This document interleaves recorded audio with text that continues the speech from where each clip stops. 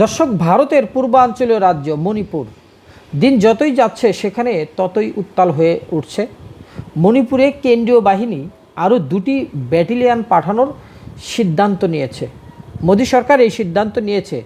এই সিদ্ধান্তের খবর মণিপুরের কুকিদের কাছেও কিন্তু পৌঁছেছে। তারা বলছে এটাকে আমরা প্রতিরোধ করব, আমরা পিছপা হব না।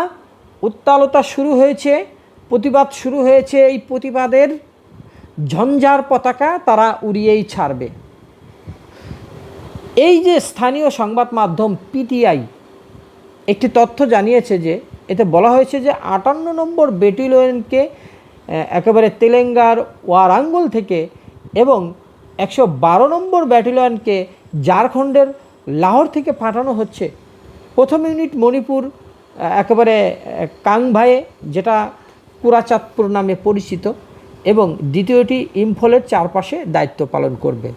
এখন ইম্ফলকে কেন্দ্র করেই কিন্তু এই আন্দোলন চলছে। যেমন বাংলাদেশে আন্দোলন চলেছিল যে ঢাকা দখল আগে, ঢাকায় আন্দোলন যদি উঠানো না যায়, জোরদার করা না যায়, সারা বাংলাদেশে সেটার প্রভাব পড়বে না। ঠিক তেমনি মণিপুরের ইম্ফল যদি একেবারে কবজা করা যায় বা ইম্ফলে যদি আন্দোলন জমিয়ে ওঠা যায়, তাহলে পুরো মণিপুর, আসাম তথা 7 সিস্টারে এর প্রভাব পড়বে কুকিরা মনে করছে। আর এদিকে মোদী সরকার ভাবছে যে যেভাবেই হোক ইম্ফলকে রক্ষা করতে হবে।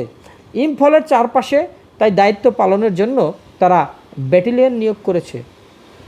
জম্মু কাশ্মীর এবং উত্তর পূর্বের অন্যান্য অংশে অপারেশনাল দায়িত্ব পালনের জন্য আসাম রাইফেলসের 2টি ব্যাটালিয়ন মণিপুর থেকে প্রত্যাহারের পর এই পদক্ষেপ নিয়েছে কেন্দ্রীয় সরকার।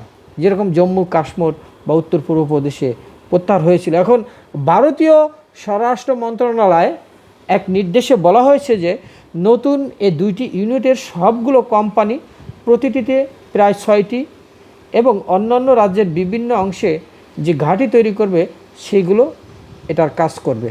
গত বছরের মে মাস থেকে জাতিগত আন্দোলনে মণিপুরের লোকজন জড়িয়ে পড়ে এবং এখানে 200 জনের বেশি মানুষ চলে গিয়েছেন, একেবারে এরকম তথ্য এসেছে।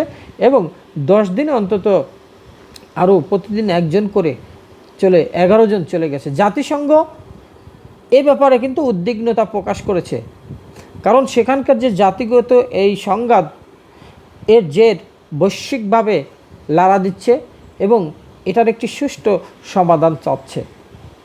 এবং আগে থেকেই সিআরপিএফের 16 ব্যাটালিয়ন যে সেখানে মোতায়েন ছিল, গত সপ্তাহে তারা ইম্ফল পশ্চিম, ইম্ফল পূর্ব এবং চুরাচাঁদপুর, ননি, জিরিবাম, তারপর কাংপেকবি, তারপর বিষ্ণুপুর অপারেশনাল ঘাঁটি সেখানে স্থাপন করেছিল। এটাও কিন্তু জানা গেছে।